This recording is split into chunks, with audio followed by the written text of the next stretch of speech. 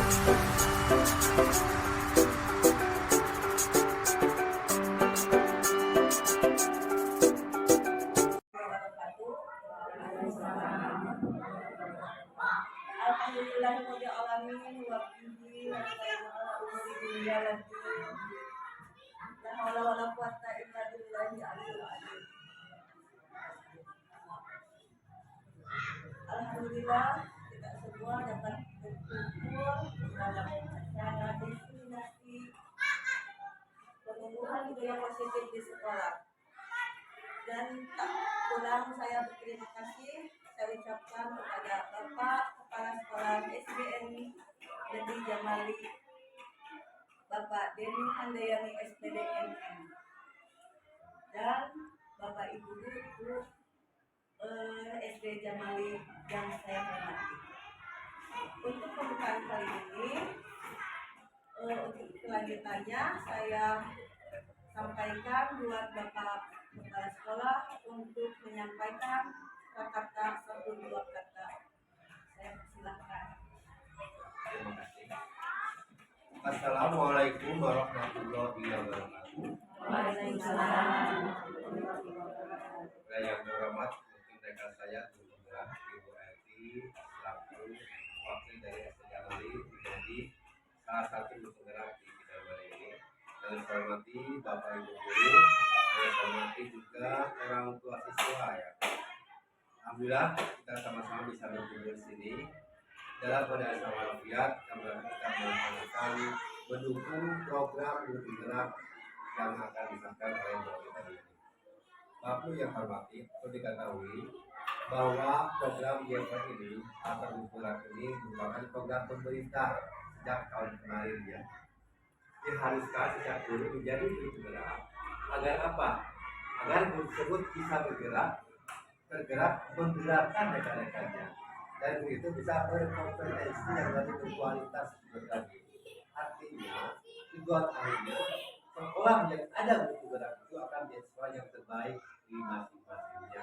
Dan rekan, apa yang kita sekarang lakukan, apa yang kita lakukan menjadikan motivasi kita semua di bidang lain untuk bisa lebih meningkatkan kompetensinya masing-masingnya.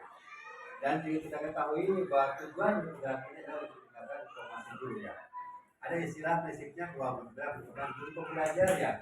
Jadi berarti sebagai guru pembelajar nih, belajar yang akan menjadikan kualitas PBN di masing-masing kelas itu meningkat. Artinya kita menjadi berpusat pada anak dalam melaksanakan PBN miliknya. Dengan kata lain bahwa sekolah yang ada bergerak insya Allah akan menjadikan kualitas SDM itu lebih baik lagi di masa doakan sama-sama ya. Amin. Untuk berikutnya kita ketahui bahwa 3 prinsip bergerak kita kalau nggak salah ya. 1, berpikir hasil akhirnya seperti apa. 2, berpikir berbasis peraturan, dan 3, berbasis rasa diri. Artinya kita melihat anak tidak sebagai hanya kertas putih yang diisi oleh kita semua, tapi kita sebagai guru penggerak gurunya menggali potensi anak itu bisa bersesuai karakter, bisa mengembangkan porsinya masing-masing. Dan memang demikian, anak berbeda-beda Bu ya. Anak berbeda-beda, ada yang pintar, mungkin ada yang cerdas, ada yang sedikit kurang pintar, kurang pintar, ada yang malas, ada yang termotivasi baik. Nah itulah tantangan bagi guru penggerak, bisa memotivasi, menggali potensi anak ya, agar anak itu bisa berkembang sesuai dengan kualitas dirinya masing-masing.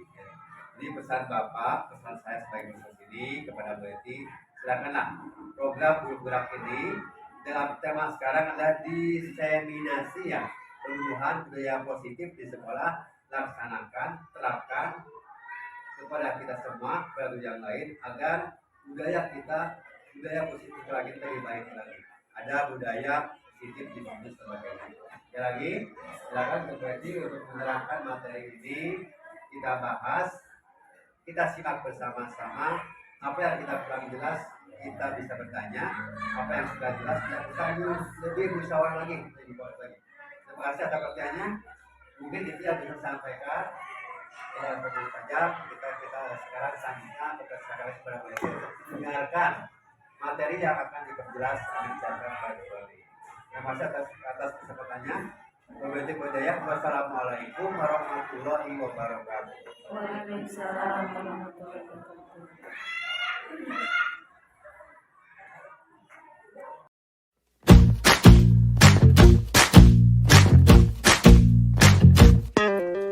Kita bisa bersama mengubah dunia. Percaya pada diri demi cita-cita. Belajar, bergerak, bermakna.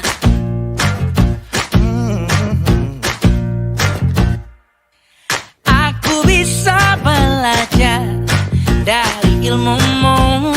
Oh, kamu bisa belajar dari yang ku tahu.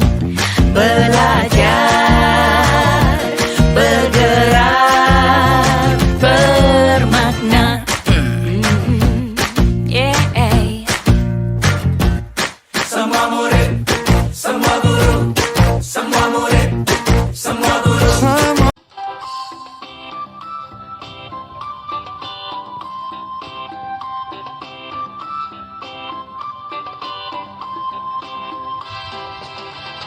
Belajar Pancasila, beriman dan bertakwa pada Tuhan yang Esa, dan berakhlak mulia, berkebinekaan global, gotong royong mandiri, kreatif dan bernalar kritis. Belajar Pancasila, beriman dan bertakwa pada Tuhan yang Esa, dan berakhlak mulia, berkebinekaan global, gotong royong mandiri, kreatif dan bernalar kritis, kreatif dan bernalar kritis.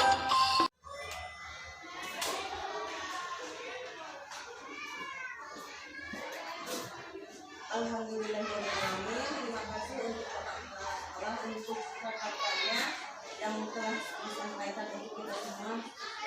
Mudah-mudahan dengan adanya dukungan Bapak Kepala Sekolah, saya beserta teman saya dalam ikutan dalam penggerak dapat diselesaikan dengan mendapatkan hasil yang terbaik. Nah, sekarang kita lanjutkan dengan pemahaman diskriminasi pengembangan budaya positif di sekolah. Alhamdulillah, saya merasa senang dengan adanya grup penggerak ini. Kita dapat berkumpul bersama dalam penyampaian tentang budaya positif di sekolah yang akan diterapkan oleh kita berdua, saya dan rekan saya sekolah SDN Jalali.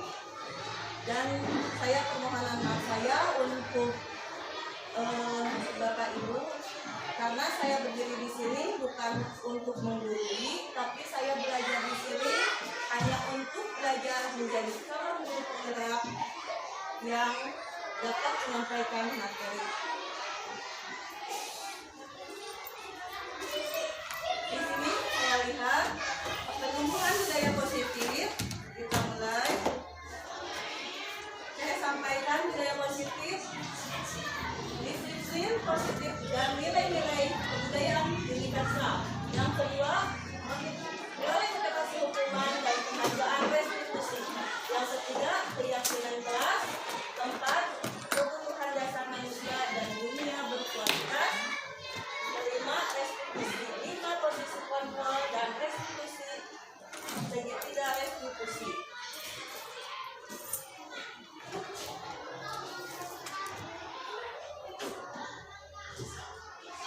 Menurut Ki Hajar Dewantara, pendidikan adalah sebuah tuntunan dalam hidup dan tumbuh kembangnya anak. Setiap anak memiliki kekuatan dirinya sendiri atau kodrat alam. Pendidikan haruslah membimbing dan menguatkan apa yang ada di dalam diri setiap anak agar dapat memperbaiki tingkah lakunya, cara hidupnya, dan pertumbuhannya. Dalam proses menuntun, anak diberi kesempatan seluas-luasnya untuk mengembangkan potensi bakat dan minat sebagai individu yang unik. Yang kedua, guru sebagai pamong dapat memberikan tuntunan agar anak dapat menemukan kemerdekaannya dalam belajar. Guru diharapkan memiliki nilai-nilai positif yang dibutuhkan untuk membentuk karakter pelajar Pancasila dengan memberi contoh dan melakukan pembiasaan yang konsisten di sekolah. Pengembangan budaya positif dapat menumbuhkan motivasi intrinsik dalam diri anak untuk menjadi pribadi yang bertanggung jawab dan berbudi pekerti yang luhur serta akhlak mulia. Rumusan masalahnya, pentingnya menerapkan budaya positif. 2. Mengenal tentang karakter murid. 3. Pentingnya kesepakatan di dalam belajar dengan membuat kesepakatan kelas. Tolak ukur yang saya ukur, tolak ukur penerapan budaya positif di sekolah. 1. Peserta didik terbiasa menerapkan budaya 5S. Salam, senyum, sapa, sopan, dan santun. 2. Peserta didik terlibat aktif, mandiri, kreatif, dan bertanggung jawab dalam belajar. 3. Peserta didik toleran dan saling menghormati. 4. Peserta didik peduli dalam mencintai diri sendiri dan peduli kebersihan lingkungan. 5. Peserta didik hidup sehat, berpakaian rapi, dan bersih. Tujuannya membangun budaya positif di sekolah adalah untuk menumbuhkan karakter murid, karakter yang diharapkan menjadi manusia dan masyarakat yang mencapai keselamatan dan kebahagiaan yang setinggi-tingginya. Manfaatnya, terciptanya merdeka belajar. 2. Meningkatkan pengetahuan guru. 3. Guru lebih mudah dalam menilai. 4. Adanya ide-ide dan persepsi yang beragam. 5. Terciptanya rasa aman, nyaman, dan menyenangkan di dalam kegiatan pembelajaran. Nah, sekarang kita ada di dalam disiplin. Menurut Bapak Ibu, apa kata disiplin itu?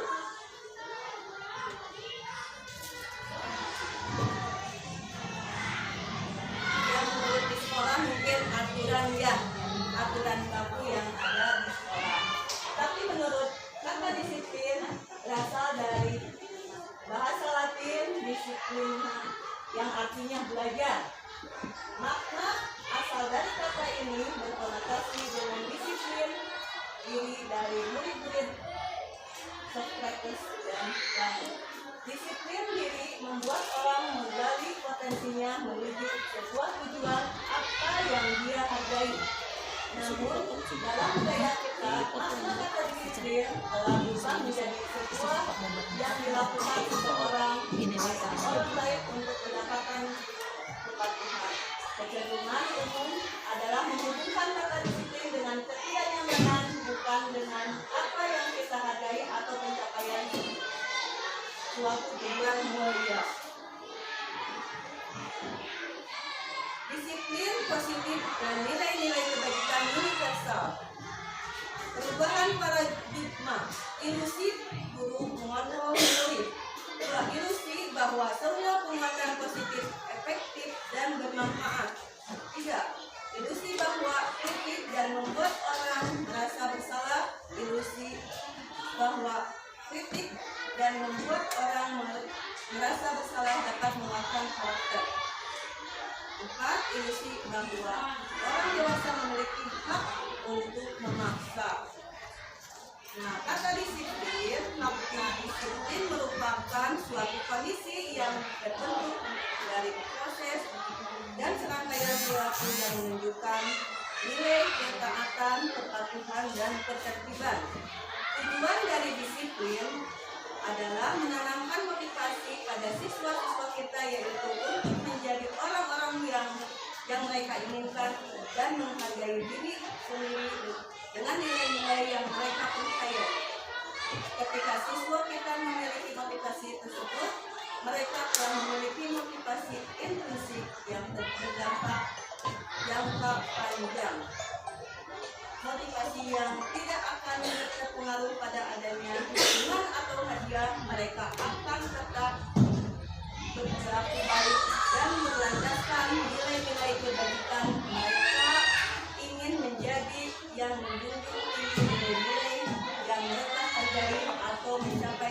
suatu tujuan mulia. Nilai-nilai kebajikan universal. Nilai-nilai kebajikan adalah sifat-sifat positif manusia yang merupakan tujuan mulia yang ingin dicapai setiap individu. Satu, profil belajar Pancasila, yaitu beriman bertakwa kepada Tuhan Yang Maha Esa, berakhlak mulia, mandiri, bernalar kritis, kebinekaan global, bergotong royong, dan kreatif. Proyek nilai-nilai kebajikan yaitu peduli, rajin, integritas, menghormati, tanggung jawab, kebersihan, kebijaksanaan, semangat, percaya diri, toleransi, keadilan, kejujuran, dan baik hati. Nah, ini diagram profil belajar Pancasila.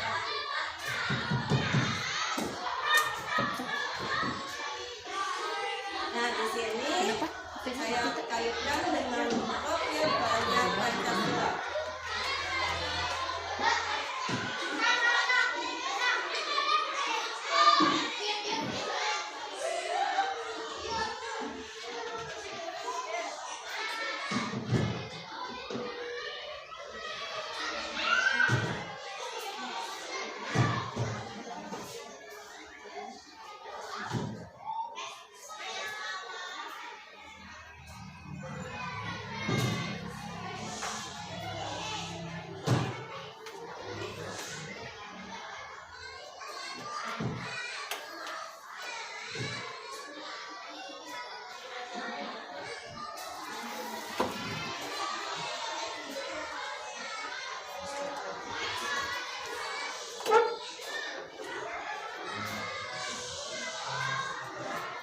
Belajar Pancasila, beriman dan bertakwa kepada Tuhan Yang Esa, berharap mulia, berkegiatan global, gotong royong mandiri, kreatif dan bernalar kritis. Belajar Pancasila, beriman bertakwa. Pancasila, beriman dan bertakwa pada Tuhan Yang Esa, dan berakhlak mulia, berkebinekaan global, gotong royong mandiri, kreatif dan bernalar kritis. Nah, itu video dari profil pelajar Pancasila. Nah, di sini saya menerapkan disiplin positif yang ada di sekolah SDN Jamali. Beriman, kita seminggu sekali diadakan sholat duha pada hari Kamis. Terus menumbuhkan rasa percaya diri anak senantiasa ke depan maju untuk menumbuhkan percaya dirinya. Terus berkolaborasi, anak-anak semuanya bekerja sama dalam pembelajaran yang harus dikolaborasikan. Terus gotong royong, setiap hari pagi-pagi sebelum bel berbunyi, anak-anak membersihkan dulu sekelilingan yang ada di lingkungan sekolah, menghormati setiap semuanya, mau anak-anak, orang tua, dan semuanya, menghormati. Pas ketemu ucapkan salam yang dibudayakan oleh budaya 5S, senyum, salam, sapa, sopan, dan santun.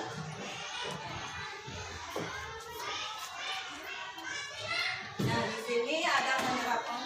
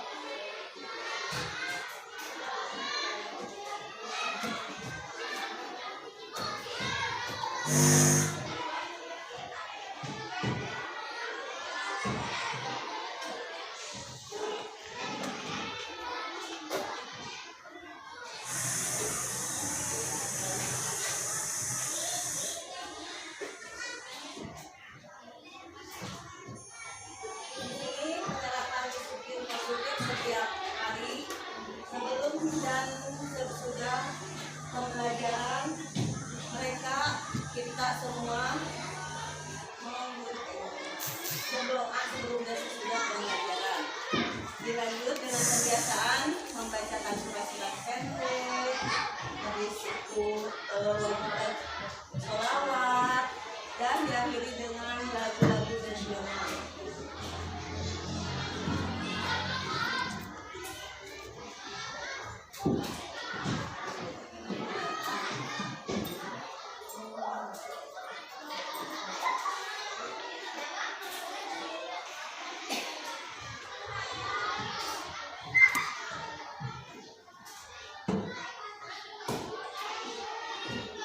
Yang kedua, teori motivasi hukuman dan penghargaan dan restitusi. Ada 3 motivasi perilaku manusia. 1. Untuk menghindari ketidaknyamanan atau hukuman. Ini adalah tingkat terendah dari motivasi perilaku manusia. Biasanya orang yang motivasi perilakunya untuk menghindar hukuman atau ketidaknyamanan akan bertanya, apa yang akan terjadi apabila saya tidak melakukannya? Sebenarnya mereka sedang menghindari permasalahan yang mungkin muncul dan berpengaruh pada mereka secara fisik, psikologis, maupun tidak terpenuhinya kebutuhan mereka bila mereka tidak melakukan tindakan tersebut. Motivasi ini bersifat eksternal dari luar. Yang kedua, untuk mendapatkan imbalan atau penghargaan dari orang lain. 1 tingkat di atas motivasi yang pertama. Di sini orang perilaku untuk mendapatkan imbalan atau penghargaan dari orang lain. Orang dengan motivasi ini akan bertanya, apa yang akan saya dapatkan apabila penghargaan dan saya melakukannya. Mereka melakukan sebuah tindakan untuk mendapatkan pujian dari orang lain. Menurut mereka penting dan mereka dalam dunia berkualitas mereka. Mereka juga melakukan sesuatu untuk mendapatkan hadiah, pengakuan atau imbalan. Motivasi ini juga bersifat eksternal. Dan yang ketiga, untuk menjadi orang yang mereka inginkan dan menghargai diri sendiri dengan nilai-nilai yang mereka percayai. Orang dengan motivasi ini akan bertanya, akan menjadi orang yang seperti apa apabila saya melakukannya. Mereka melakukan sesuatu karena nilai-nilai yang mereka yakini dan hargai, dan mereka melakukannya karena mereka ingin menjadi orang yang melakukan nilai-nilai yang mereka yakini tersebut. Ini adalah motivasi yang akan membuat seseorang memiliki disiplin positif. Karena motivasi berperilaku bersifat internal, bukan eksternal, jadi dari dalam diri. Nah, di sini ada hukuman dan penghargaan. Hukuman atau konsekuensi mereka disiplin dalam menegakkan peraturan kelas atau sekolah. Nah, di sini ada hukuman atau konsekuensi. Mencatat 100 kali di dalam buku kalimat, saya tidak akan terlambat lagi karena terlambat ke sekolah. Hukuman atau konsekuensi? Hukuman atau konsekuensi? Konsekuensi, ya. Lari mengelilingi lapangan basket 2 kali karena terlambat hadir di sekolah. Membersihkan coretan yang dibuang di meja tulis. Menggantikan kertas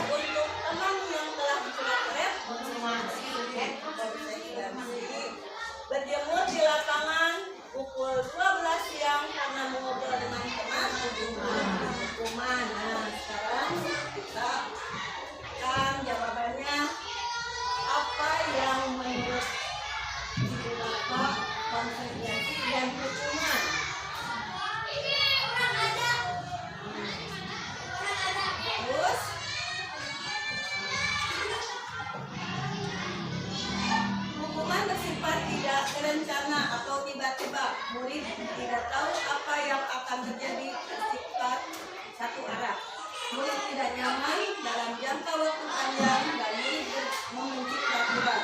Yang kedua, konsekuensi bersifat berencana atau sudah disepakati disetujui oleh murid-murid dan guru.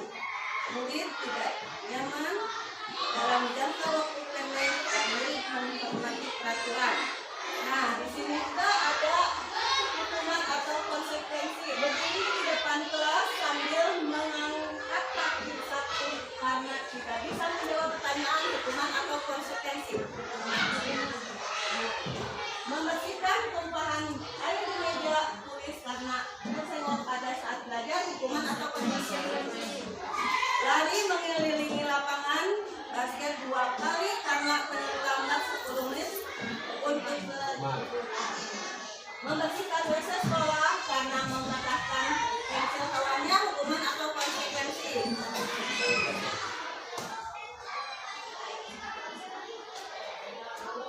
Nah, jawabannya hukuman, konsekuensi, dan hukuman.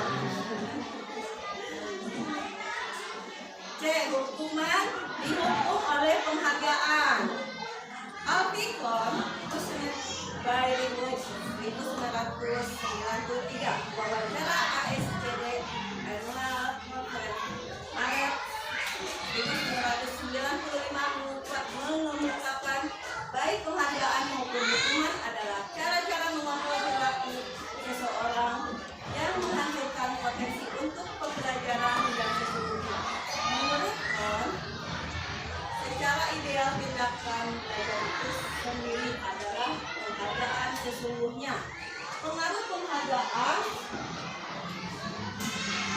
1. Pengaruh jangka pendek dan jangka panjang. 2. Penghargaan tidak efektif. 3. Penghargaan merusak hubungan. 3. Penghargaan mengurangi ketepatan. Penghargaan menurunkan kualitas. Penghargaan mematikan kreativitas. Penghargaan menghukum dan memotivasi dari dalam diri atau intuisi. D. Restitusi. Restitusi adalah proses menciptakan kondisi bagi murid untuk memperbaiki kesalahan mereka, sehingga mereka bisa kembali pada proses mereka dengan karakter dan yang lebih kuat. Kata dosen 2004. Restitusi juga adalah proses kolaboratif yang mengajarkan murid untuk mencari solusi untuk masalah dan membantu murid berpikir tentang orang seperti apa yang mereka inginkan dan bagaimana mereka harus memperlakukan orang lain. Nelson Johnson 1996. Ciri-ciri restitusi. Restitusi bukan untuk menebus kesalahan, namun untuk belajar dari kesalahan. 2. Restitusi memperbaiki hubungan. Restitusi adalah tawaran bukan paksaan. Restitusi menuntun untuk melihat ke dalam diri. Restitusi fokus pada karakter bukan tindakan. Restitusi menguatkan dan fokus pada solusi. Nah, ini perbedaan antara hukuman, konsekuensi, dan restitusi. Hukuman dulu menghukum siswa tersebut hormat mengelak selama 15 menit dan guru marah dan membuat siswa takut. Konsekuensi, guru memberikan konsekuensi untuk pelajaran tambahan sesuai dengan keperluan siswa, dan guru juga tegas dan siswa menghormati peraturan. Sedangkan restitusi, guru menanyakan keyakinan kelas dan mengidentifikasi masalah siswa dan membantu menyelesaikan masalahnya, dan guru terbuka dan siswa menghormati dirinya dan hal lain. Nah, di sini keyakinan kelas. Mengapa keyakinan kelas? Mengapa tidak peraturan kelas saja?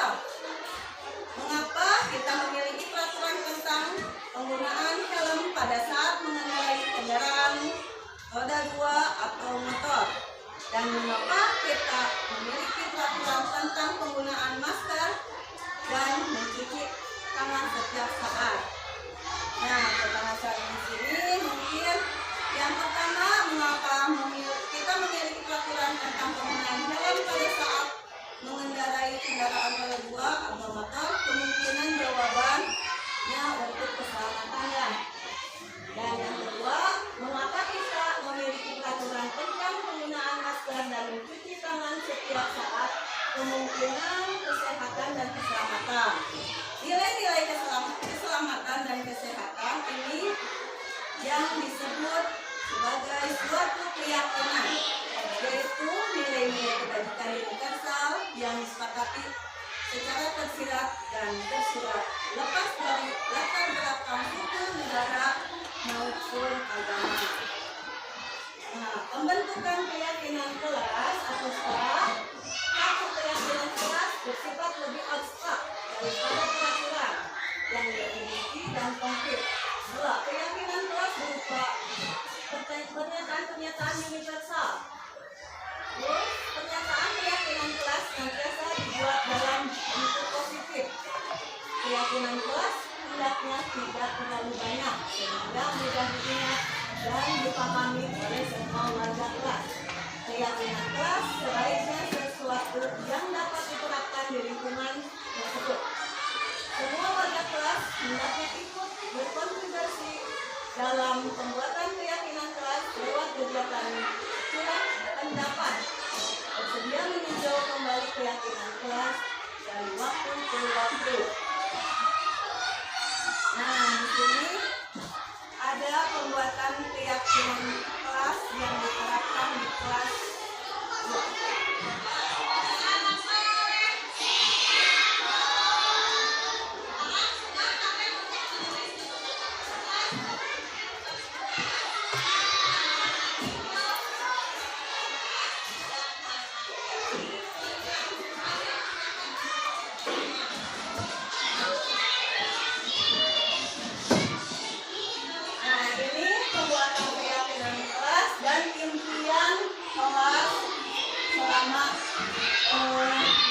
2. Mereka mengeluarkan pendapat mereka.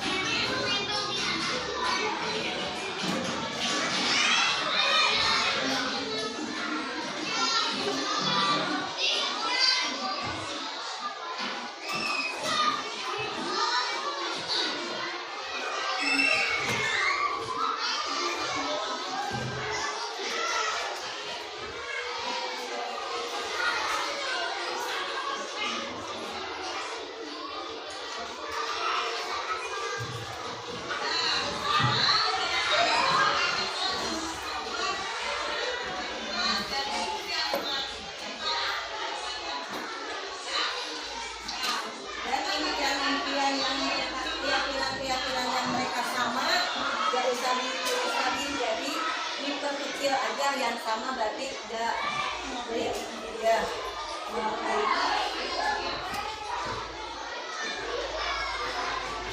Dengan kesadaran mereka akan teratur, terampil dan semuanya terkendali.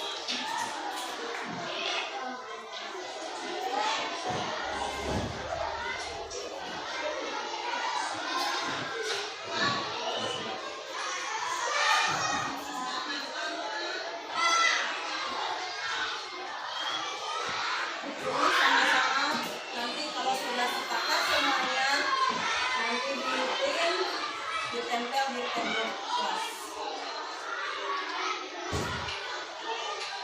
Ini dalam proses pembuatan keyakinan kelas dan impian kelas.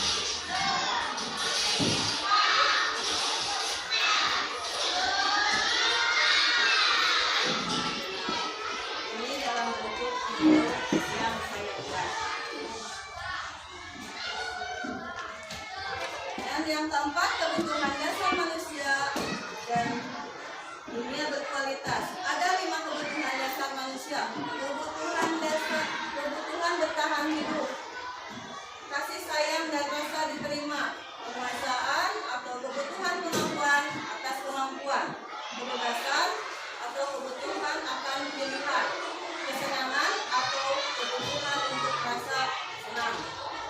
Di sini ada video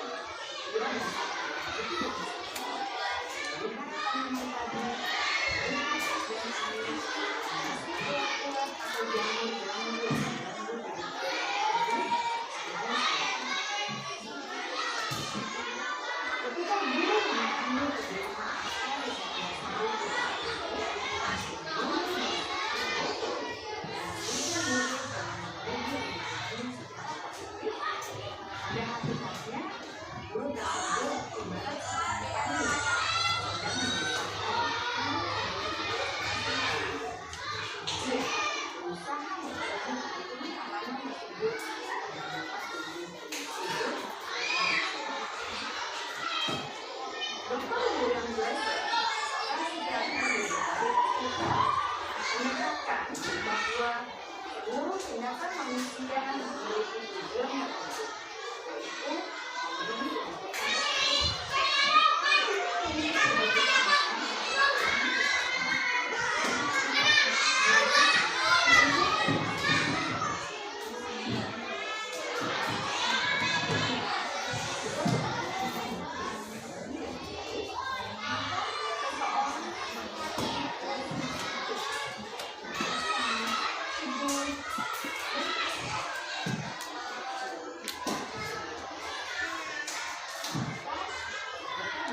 yaitu perbuatan yang bertentangan dengan nilai-nilai kebajikan atau melanggar peraturan. Dengan kata lain, perilaku buruk seseorang biasanya adalah konsisten sebagai kebutuhan yang tidak terpenuhi. Namun, mereka tidak tahu cara untuk menyelesaikan. Ada 5 kebutuhan dasar manusia menurut Dr. William James, yaitu yang pertama, kebutuhan untuk bertahan hidup atau survival. Yang kedua, kebutuhan untuk merasa diterima atau love and belonging. Yang ketiga, kebutuhan akan kebebasan atau freedom. Yang keempat, kebutuhan akan kesenangan atau fun. Dan yang kelima, kebutuhan akan penguasaan atau power.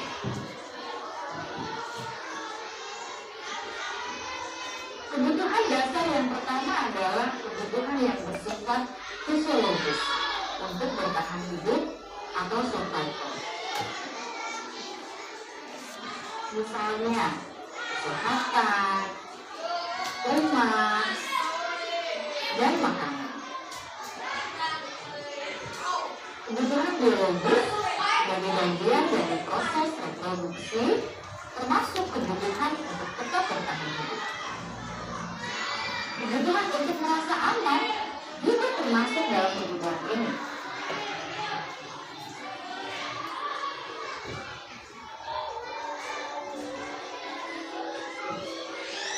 Agar murid dapat belajar dengan baik, kebutuhan mereka akan merasa aman, makan, sandang, dan papan harus terpenuhi.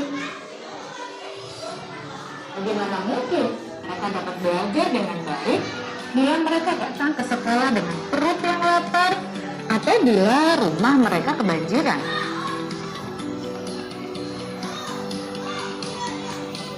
Setelah kita mengetahui kebutuhan pertama yang sebagian besar bersifat fisiologis, mari kita lihat kebutuhan kedua sampai kelima yang semuanya berhubungan dengan psikologis. Mari kita lihat kebutuhan yang kedua, yaitu kebutuhan akan perasaan diterima oleh kelompok atau komunitasnya, atau kebutuhan love and belonging. Kebutuhan ini meliputi keinginan untuk tetap terhubung dengan orang lain seperti teman, keluarga, teman kerja, dan kelompok di mana kita tergabung. Setiap murid ingin menjadi bagian yang berharga dari kelas dan juga sekolah.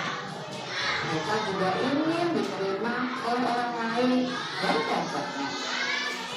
Bahkan, murid yang terlihat paling cuek pun jauh di dasar hatinya pasti ingin merasa diterima. Sebagai murid, seharusnya kita dapat menerima murid kita apa adanya, sesuai dengan kodratnya. Karena setiap murid adalah unik. Mereka memiliki kekuatan ini masing-masing, sehingga guru seharusnya bisa menciptakan kesempatan untuk murid kolaborasi dan menjadi ikatan emosi satu sama lain. Murid-murid yang memiliki kebutuhan yang besar untuk merasa diterima, biasanya mereka belajar karena suka pada gurunya. Mereka juga suka bekerja dalam kelompok.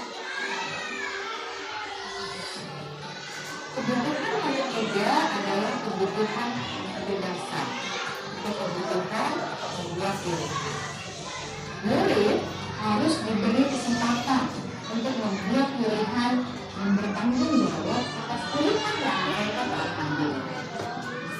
Memberi mereka kebebasan bukan berarti membiarkan mereka melakukan apa saja yang mereka mau, melainkan lebih memberi mereka kesempatan untuk membuat pilihan, menyuarakan pendapat mereka dengan percaya diri, dan memberi mereka kesempatan untuk mencoba hal-hal yang baru. Pembelajaran dengan metode yang beragam dan menarik juga akan memenuhi kebutuhan murid tentang kebebasan ini. Pembelajaran berdiferensiasi di mana guru menyediakan beberapa jenis tugas yang bisa dipilih oleh murid sesuai dengan mereka, sangat baik untuk mengembangkan murid menjadi lebih mandiri dan memiliki motivasi internal. Karena kebutuhan akan kebebasan pada dasarnya adalah kebutuhan untuk mandiri, memiliki otonomi, memiliki pilihan, dan mampu mengendalikan arah hidupnya sendiri.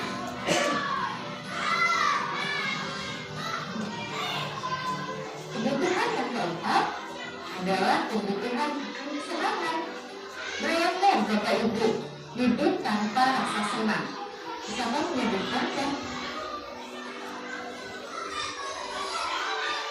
Belajar menghubungkan kebutuhan akan kesenangan dengan belajar. Jangan sepelekan kebutuhan murid untuk merasa senang di kelas. Sebagai guru, jangan ragu-ragu untuk dengan sengaja memasukkan kegiatan yang menyenangkan dalam kelas. Murid-murid dengan kebutuhan dasar kesenangan yang tinggi ingin menikmati apa yang mereka lakukan. Mereka juga konsentrasi tinggi saat mengerjakan hal-hal yang disenangi.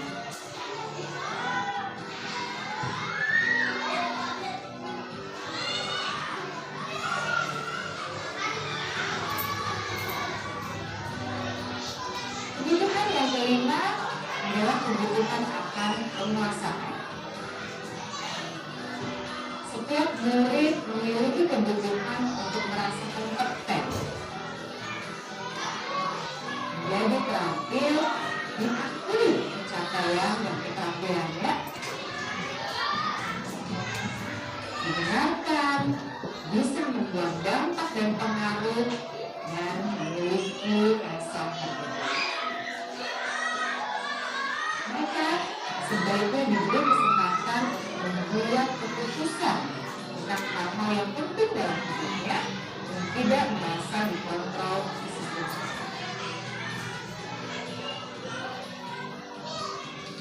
Pada murid yang telah menginjak usia remaja, seringkali mereka merasa tidak memegang kendali atas kehidupannya sendiri.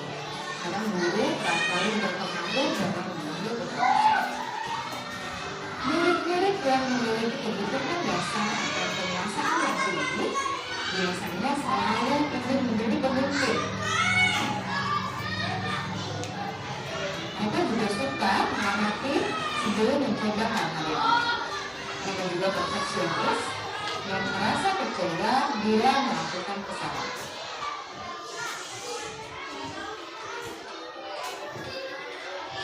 Ibu dan bapak guru sangatlah penting bagi kita untuk mengetahui kebutuhan dasar murid-murid agar kita memahami alasan di balik sikap dan tingkah laku mereka. Bila murid bereaksi buruk atau melanggar peraturan sehingga tindakannya tidak sesuai dengan yang murid inginkan, maka guru harus mencari tahu asal dan dasarnya tindakan tersebut dan kebutuhan apa yang murid. Melalui percakapan dengan guru dalam pendekatan disiplin positif, murid dapat diajak untuk bersikap aktif dalam mengenali kebutuhan-kebutuhan yang berusaha mereka penuhi dan mendasari tindakan mereka.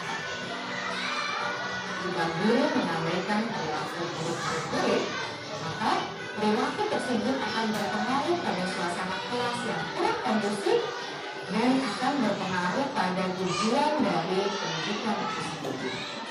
Ibu bapak guru hebat, mari kita menjadi guru yang lebih baik dengan memahami kebutuhan dasar murid-murid kita dan senantiasa memimpin mereka untuk menjadi pribadi yang berdaya, seimbang, dan bahagia.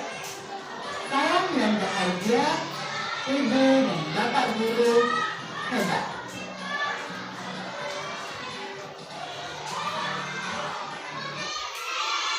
Dari cuplikan video tersebut kita mengetahui akan kebutuhan dasar peserta didik dan kita sebagai pendidik ya. Nah, kebutuhan apa yang sedang dipenuhi? Hingga seorang anak kelas 3 SD begitu tiba di rumah sepulang dari sekolah menangis dan mengadu pada ibunya bahwa dia benci pada ibu ibunya. Menurut Anda, kebutuhan apa yang berusaha dipenuhi oleh Dinda? Jika jawaban seperti ini, bila Anda berada dalam posisi ini dan mengenal informasi dari ibunya Dinda tentang perasaan Dinda hari itu, apa yang akan Anda lakukan pada Dinda besok ketika Dinda masuk sekolah agar Dinda terpenuhi? Nah, kebutuhan apa yang sedang berusaha dipenuhi? Kebutuhan dan tindakan kita sebagai guru. Misalkan ibu guru bilang, aku tidak boleh bersenandung sewaktu mengerjakan tugas. Katanya kelas harus tenang, tidak ada suara, kan tidak seru. Jadinya kebutuhannya adalah kesenangan dan tindakannya apa? Terus ibu guru tidak mengingatkan hari ini adalah aku pakai jepit rambut baru. Kebutuhannya kasih sayang dan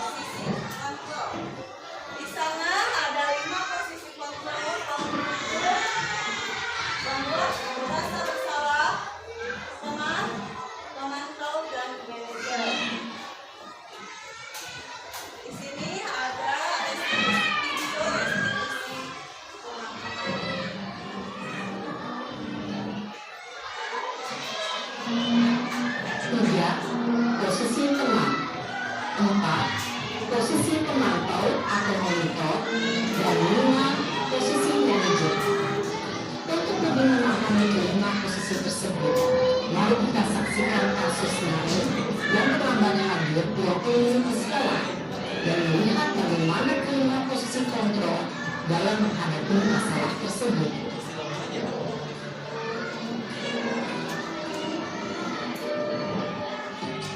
Ini contoh-contohnya.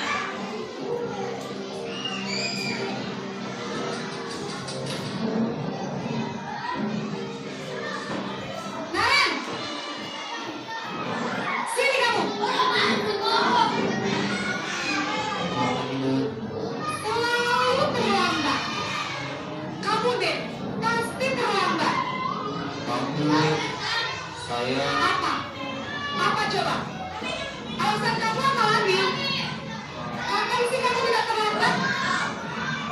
Malas sekali ya kamu jadi anak. Dasar pemalas. Gak kapok-kapok sih kamu. Sudah berapa kali terlambat? Sana, kamu keliling lapangan basket 2 kali. kenapa saya harus beli 18 Bu? Kenapa?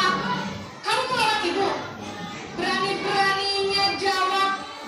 Sudah terlambat, masih berani jawab pula. Sekarang, keliling lapangan basket 5 kali sekalian. Biar kapok. Cepat. Pergi sana ke lapangan basket. Posisi pempikun biasanya berbicara dengan nada tinggi, menghardik, menunjuk-nunjuk, menyakiti, dan menyindir. Hukuman bisa berupa fisik maupun psikis. Ibu dan bapak guru hebat. Dampak yang terjadi pada murid ketika guru berada pada posisi pempikun adalah murid cenderung akan memberontak, bahkan meminta dendam.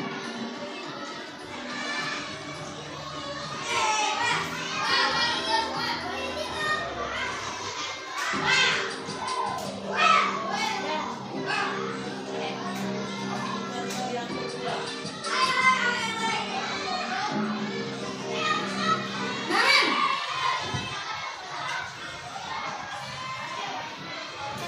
Kenapa Bu? Naren! Kamu kenapa terlambat lagi, nak? Ya Tuhan, Naren. Kamu senang ya bikin ibu susah ya? Kalau kamu terlambat lagi, nanti ibu yang ditegur bapak kepala sekolah, nak. Disangka ibu tidak bisa membina kamu. Duh, gimana ini? Maaf Bu. Duh, Gusti Naren. Kamu suka ya kalau ibu tegur bapak kepala sekolah? Terus, sekarang ibu harus tulis apa yang ibu absen? Ini kamu sudah sering terlambat loh. Ibu harus apa coba? Maaf Bu. Maaf sekali. Ya sudah, lain kali jangan bikin ibu susah lagi anak ya. Ibu tidak akan kuat lagi kalau kamu begini terus. Bisa jantungan kalau ibu tegur bapak kepala sekolah. Sana cepat kelas. Maaf ya Bu. Maaf sekali. Posisi pembuat rasa bersalah berbicara dengan nada tenang, cenderung lembut. Namun kata-kata yang diutarakan membuat murid merasa menjadi orang yang gagal, memandang buruk dirinya sendiri, merasa tidak berharga, dan tidak sanggup membahagiakan orang lain. Ketika guru mengambil posisi pembuat rasa bersalah, murid akan menganggap dirinya yang bersalah dan ia akan menyimpan emosi negatif tersebut di dalam dirinya.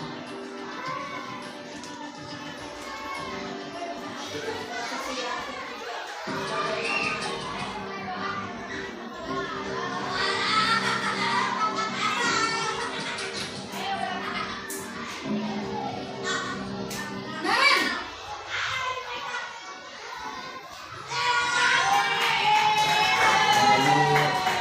Wah, sudah jam berapa nih, nak? Terlambat lagi ya, sayang. Iya Bu. Habis ibu saya udah menolongkan saya Bu. Kamu mau menyalahkan ibu kamu. Kamu bukannya anak yang larinya paling kencang. Kok terlambat sih? Iya Bu. Saya memang terlambat banget tadi. Jadi biarpun saya lari kencang, tetap baru kejar Bu. Ya sudah sana. Nanti lain kali larinya lebih kencang lagi ya. Biar gak terlambat lagi. Bikin senang ibu.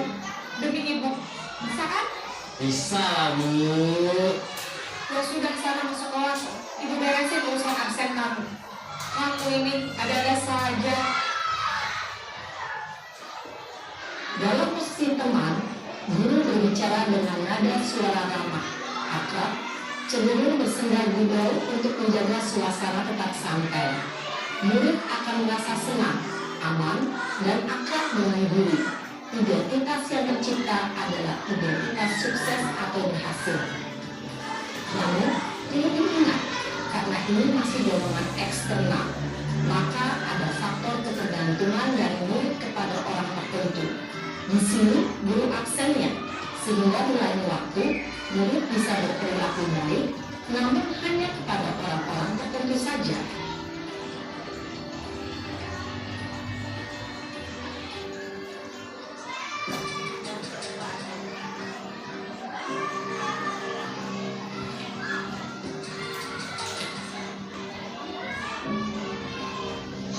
Naren!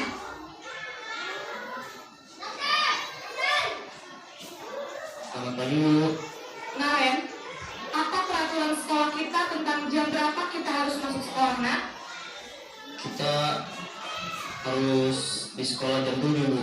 Iya betul, sekarang sudah jam 7.20. Naren sudah tahu konsekuensinya jika terlambat hadir. Paham, Bu. Saya harus tinggal kelas pas jam istirahat selama 20 menit. Iya benar, konsekuensinya demikian. Jadi nanti jam 9.30 pas istirahat, kamu harus tinggal di kelas, kerjakan tugas tambahan untuk ketertinggalan kamu, ya? Baik, Bu. Posisi pemantau mengandalkan penghitungan atau data untuk mengontrol murid. Guru mengarahkan murid berdasarkan peraturan dan konsekuensi. Seorang pemantau menunjukkan bahasa tubuh dan ekspresi wajah yang datar dan cenderung formal.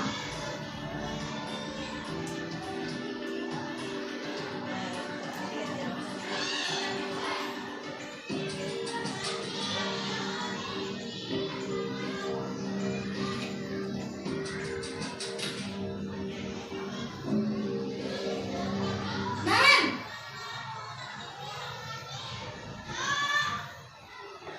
Selamat pagi, Bu. Selamat pagi, Naren. Maaf, Bu.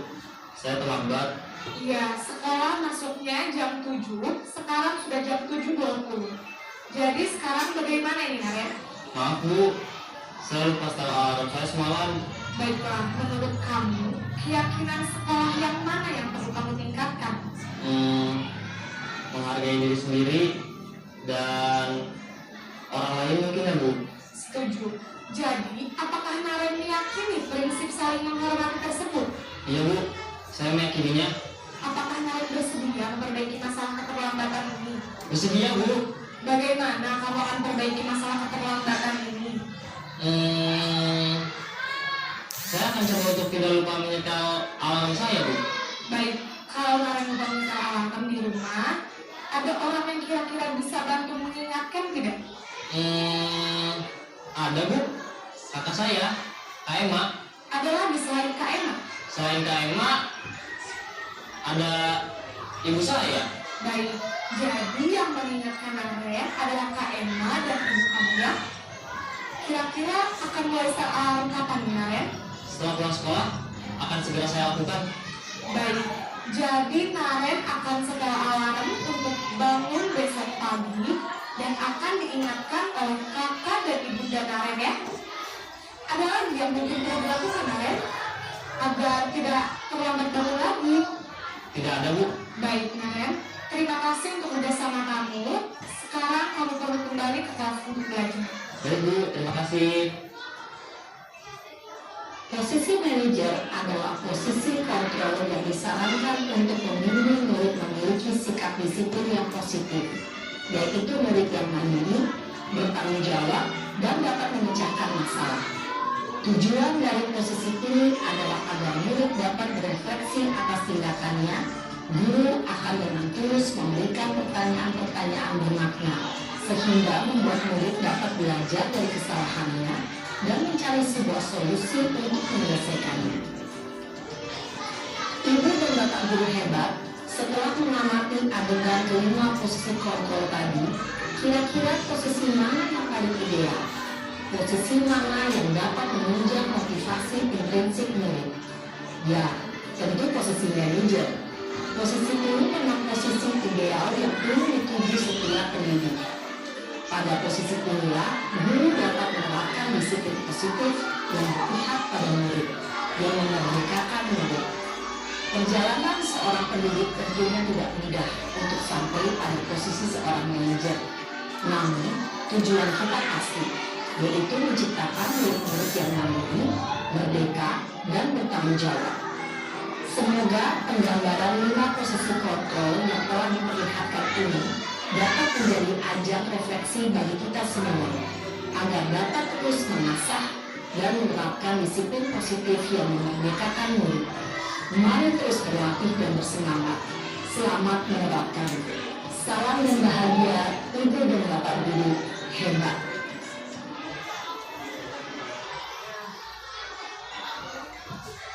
Nah, di sana ada pertanyaan. Saya kecewa sekali dengan kamu. Siapa yang mengatakan membuat merasa bersalah atau mendukung teman, pemantau atau manajer? Terus kalau kamu tidak melakukannya, saya akan. Terus ayolah lakukan demi saya ya. Apa yang telah kamu lakukan? Ingat, bukan apa yang telah saya lakukan untuk kamu. Apa rencanamu untuk menyelesaikan ini? Dan siapa yang mengatakannya? Si pembuat merasa bersalah, hukum, teman, pemantau, teman, dan manajer. Di sini ada gambaran segitiga restitusi. Nah, dan saya membuat contoh di sekolahan ini menggunakan penerapan restitusi.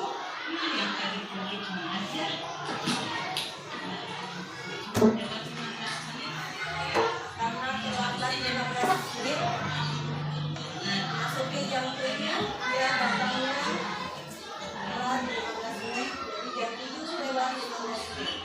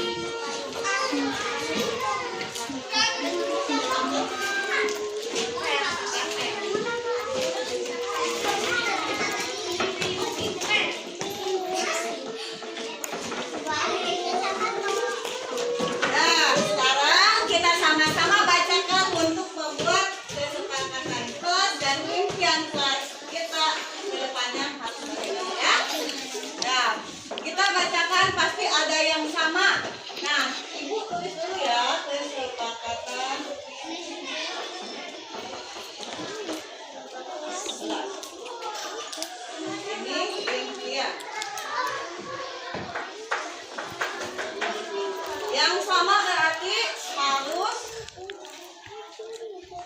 ya, tiket bersama sama-sama perhatikan kelas yang satu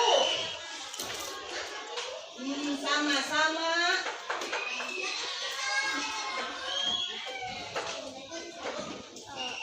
berdoa. Dua sama-sama tiket kelas.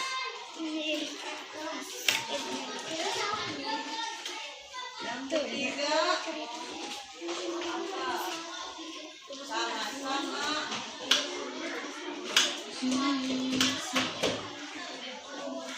mengumpulkan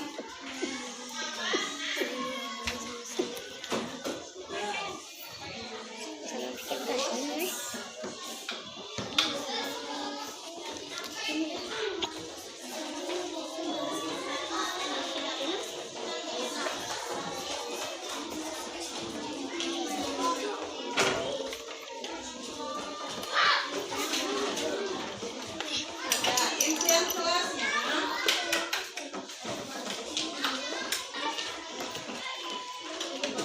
menjadi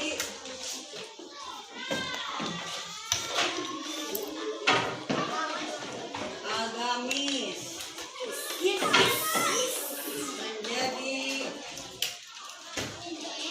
apa ya, sopan santun, ya,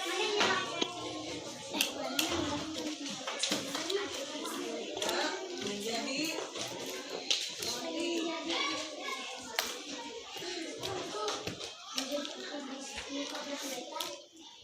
menjadi rapi, bersih. Menjadi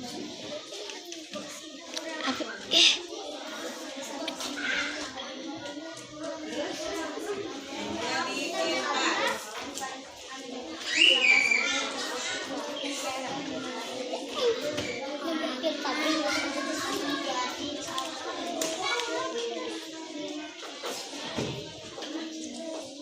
Sama-sama untuk sama-sama sama-sama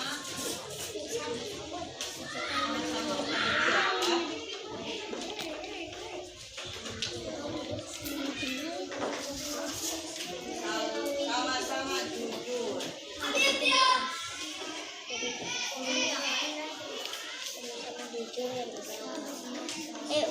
Saling membantu. Nah, sekarang kesepakatan kelas 2 kita sudah dibuat sama-sama ya. Sepakat semuanya? Terus impian kelas kita juga sudah mengimpikan kelas di sini menjadi agamis, sopan santun, rapi dan bersih ya kelas kita. Pada pintar, pada cerdas. Nah, untuk kesepakatan kita dan impian kita kelas kita, Ibu sama-sama sepakat. Sepakat. Ulangi. Iya. Ya. Sudah sepakat ini semuanya? Tepuk sepakat.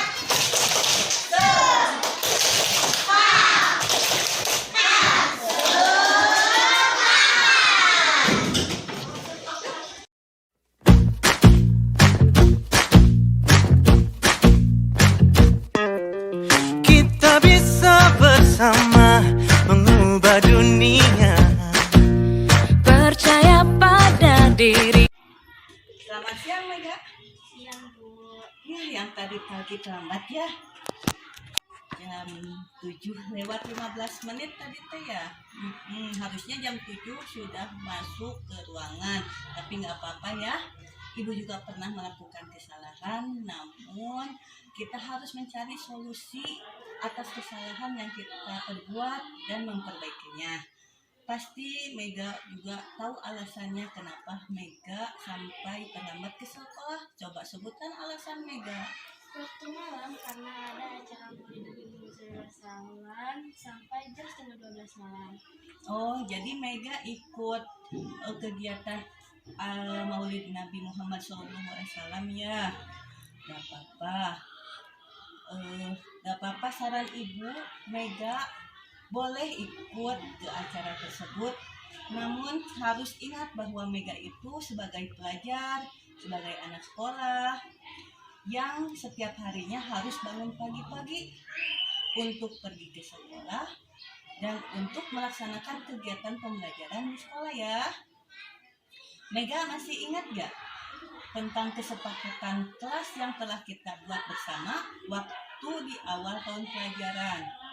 Coba Mega sebutkan apa saja kesepakatan kelas kita. Masih Bu, datang tepat waktu, piket kelas tanggung jawab, dan mengerjakan PR. Bagus, jadi kesepakatan yang kita buat itu harus kita laksanakan dengan penuh senang hati dan tanggung jawab ya. Nah sekarang kira-kira apa yang akan Mega lakukan untuk memperbaiki kesalahan ini? Mega tidak akan datang terlambat lagi dan akan bertanggung jawab. Bagus ya, jadi Mega tidak akan datang terlambat lagi dan akan bertanggung jawab dengan kegiatan Mega sekarang ya. Nah nanti kalau sudah besar Mega pengen jadi apa cita-citanya? Ingin menjadi guru. Wah sangat mulia sekali, bagus sekali ya jadi guru. Karena menjadi guru itu pekerjaan yang sangat mulia, membutuhkan tanggung jawab, disiplin, dan sebagainya. Ibu percaya Mega pasti bisa, tetapi Mega harus lebih semangat lagi untuk belajar. Harus lebih disiplin, lebih tanggung jawab, agar cita-cita yang Mega inginkan tercapai. Nah sekarang udah waktunya masuk kelas. Kita sama-sama masuk kelas yuk. Assalamualaikum warahmatullahi wabarakatuh. Nama saya Mega Dewi Amrayani, kelas 6 dari sekolah SD Negeri Jamali. Saya merasa senang ketika terlambat karena tidak dihukum, justru malah diajak untuk memperbaiki kesalahan saya. Saya merasa bangga memiliki guru Bu Eti karena selalu memotivasi untuk menerapkan disiplin di sekolah. Terima kasih Bu Eti. Wassalamualaikum warahmatullahi wabarakatuh. Mimpi tangan ke samping merangkul teman, tangan ke depan fokus tujuan, tangan di depan bertepuk tangan. Terima kasih, mungkin pemaparan yang saya sampaikan kali ini sampai mungkin ya. Saya ucapkan terima kasih untuk waktu dan kehadirannya. Wabillahi taufiq wal hidayah. Wassalamualaikum